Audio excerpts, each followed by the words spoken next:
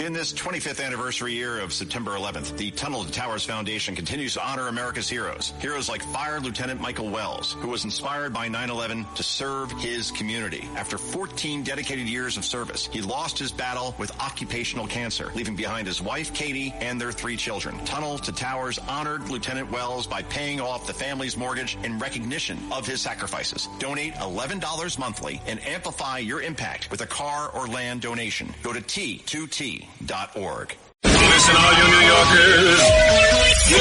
Taxi. Okay, we're looking around. This is the 77 WABC minicast. It's time for Radio Royalty with James Golden and America's Princess of Policy, Princess Di. We don't have to wait for the royals to come in town from across the pond. We have Her Highness here. Most weeks with us. This week she is among the number one royalty of all the world, as she always is. Her goodness, her niceness, her sweetness, her beautifulness, her analysis, which there is no equal. Our very own Highness Princess Diana. Did you enjoy the visit from those other royals when they came forth to America this week? There, Your Highness. Oh, I was too busy with my royal duties. I did not interact with them. Oh, so you didn't see old King Chuck, huh? No, I am of a higher royalty than near UK. Indeed. So, Your Highness, what a week. What is your take on the events of this week? What a week this has been. It's unbelievable, James. You went through some of them, and I think that it is really helpful to kind of look at it as a timeline for what happened this week, because the events run together in everyone's minds, and especially since we are in Trump time. Things happen so quickly, and one event surpasses the one from the day before. And so this week, which I am looking at as one of the most brutal weeks for the Democrat Party in our lifetime. And I really want to go through the events to explain why I think that. Go ahead, please, by all means. And the first day of the week, on Monday, which everyone has sort of forgotten, started off on a map. The Texas map was upheld by the Supreme Court, which was the first state that jumped off with Trump's encouragement. For the midterms, he wanted the states with Republican governors to look at the map and basically give the Republican Party an equal playing field with the Democrats, because they have, as you said, have been doing these gerrymandering districts for decades. And Trump is looking at the midterms, and he basically advocated that Republican governors do this reevaluation, and Texas was the first. And of course, it ran into a buzzsaw of the Democrat lawfare. And on Monday, the Supreme Court, 6-3, allowed the map to exist. So this map will be the map for the midterms. And according to all analysis I've read, likely 5 additional Republican seats for the House. Now, when you say 5 additional seats, that also means the Democrats lose 5 seats. So it is a swing, potentially, depending on the vote, but a likely swing of 10 seats. It is humongous. And no one really paid much attention to it, because right on the heels of that, on the same day, your favorite governor, Ron DeSantis, proposed in Florida a new map. Same day, on Monday of this week, which would likely result in 4 additional Republican seats, which would be a swing of 8. So day one of this week, we have basically a potential 18-seat swing toward the Republican Party, just based on the map reading that is going to be effective likely in the midterms. So that was Monday. Tuesday, we had the James Comey indictment by the federal grand jury, 2 counts. in the Eastern District of North Carolina, which is where he made his little shell formation and the beach. He is not facing the usual rigged grand juries in Virginia or D.C. area.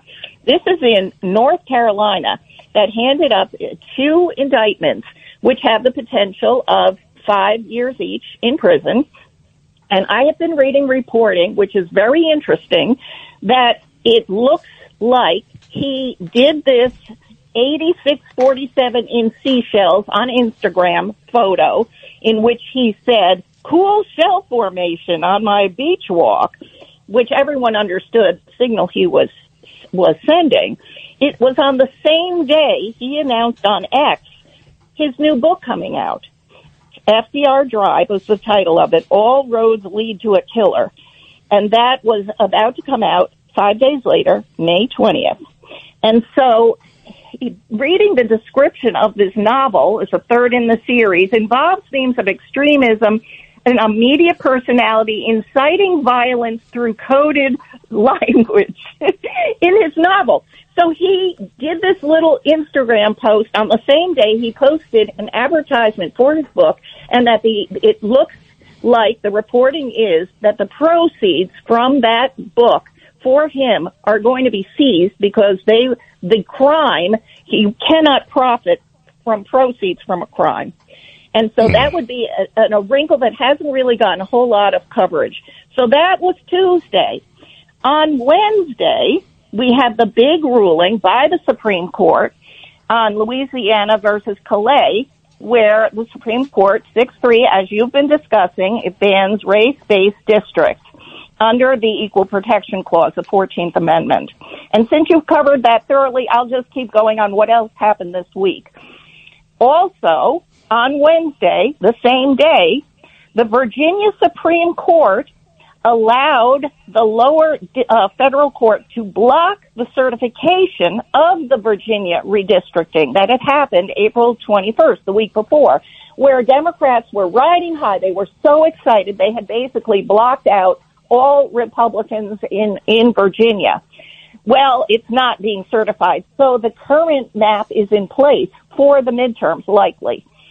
So that happened Wednesday. Also, on Wednesday, the Florida legislature passed the map, both the House and the Senate in Florida, that DeSantis had proposed 2 days before, that shows how quickly that things can act when people are on board with the Trump agenda. So then on Thursday, it was announced by the Department of Justice that the Department of Justice will enforce the Supreme Court ruling everywhere in America. So this is not just a few districts, although primarily for the midterms, it's going to be southern districts, red state governors who are immediately going into action, some of whom are not. And I'm talking about Georgia right now. They're not planning to redistrict or do anything with this ruling. But the Department of Justice is going to look at all of these racially gerrymandered districts all over the country, and they will sue. So this is a huge part. The Supreme Court decision has teeth with the Department of Justice now in going to enforce it. And then another thing that happened on Friday, which got very little coverage, is the Maine race, the Maine Senate race. Janet Mills, who is the current governor of Maine, withdrew from the Democrat primary race for the Senate, leaving a man named Graham Plattner, who is now going to be the Democrat nominee for Senate to be competing with Susan Collins for the Senate race. This is the guy that has a Nazi tattoo that he had covered up just a few months ago. But he had on his chest what's called a Totenkopf tattoo, a dead head, which was a symbol of the SS Guard in Nazi Germany. And this is a guy whose social media history and all of his comments in the past are just horrendous. And this is the guy that the Democrats are running, and now every mainstream Democrat is coming out with full-throated endorsements and defense. and they are running a Nazi, a Nazi by definition that they've been using against us, which has not been true, and they have a literal one. So the whole party now is losing not only its districts, we're talking probably more than 24 seats. It looks more likely that the Republicans, and I would not have said this 2 weeks ago, will hold the House because of these redistricting maps and the court support of it. Plus, they have, as part of their roster of new Democrats, because this guy is a leftist, a real commie, they are running a Nazi. So to me, they have lost all moral high ground. Not that they had it much, but with this new nominee, that this is going to really be, if the Republicans can run that as part of the political argument, which they should. So this week has changed the dynamics in every single way, and they have not figured it all out yet, as you mentioned. The mainstream media hasn't covered it much in this way, but it's starting to dawn on them that this week has been an existential threat to their party's survival. So I just wanted to go through all of the details of what happened this week because it's humongous and wonderful for America. Now, Matt, cut 20, please. This was just Matt cut 20. This is one of the reports on this candidate, Graham Plattner, that Fox ran this week. And Democrats are now rushing to support him despite a whole bunch of baggage he's bringing to this race. Look at this. Last year, Plattner had to apologize after it was revealed that he had a Nazi symbol tattooed on his chest.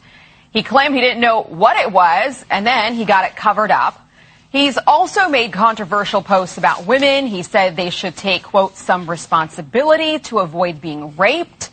He praised a Hamas attack that saw Israeli soldiers get killed. He's also signed on to the All Cops Are Bastards movement, suggesting that people should fight fascism with, quote, a good semi-automatic rifle. Those are his words. And he also called rural Americans, quote, racist and stupid.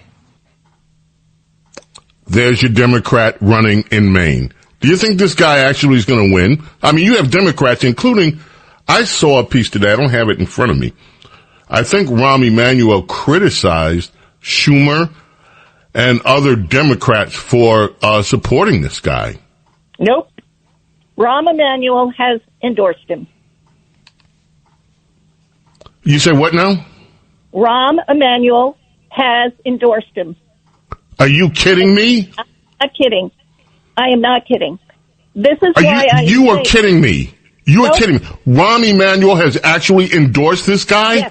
Yes. I saw the endorsement myself. So, yes. What? Yes, he absolutely did. They are all rushing to endorse him. That's what I'm saying. This is a big story as part of this week's events. It's enormous. And this guy, Graham Plattner, is running as this everyman because he's supposedly an oyster farmer. But he does it as kind of a hobby. He comes from a very elite background, very wealthy family. He went to the most expensive private schools. And so he is not an everyman. He is a commie and a leftist, and he was basically a red diaper baby. So this idea that he is representing, every rural area in Maine is a lie. And of course, his social media is known. He's tried to remake himself. But, Susan Collins is an effective campaigner, and she is going to win. It's going to be close because this is the new Democrat Party. This is astounding to me. I'm glad you corrected me on that Rahm Emanuel thing because I saw it in passing and I thought the headline to me was just I'm glad you corrected. This is just unbelievable to me that Rahm Emanuel would actually endorse this guy. There goes his presidential chances. Anyway. The James Golden Show on the Red Apple Podcast Network. Sacco and Felice, New York and New Jersey's premier attorneys at law. Their team brings decades of experience across a wide range of practice areas. Whatever life brings, they're your legal team. From everyday matters to complex cases, they've got you covered with the experience you need and the results you want. Because when life gets complicated, they make it simple. SaccoFelice.com. SACCOFILLAS.com. 2 C's, 2 L's.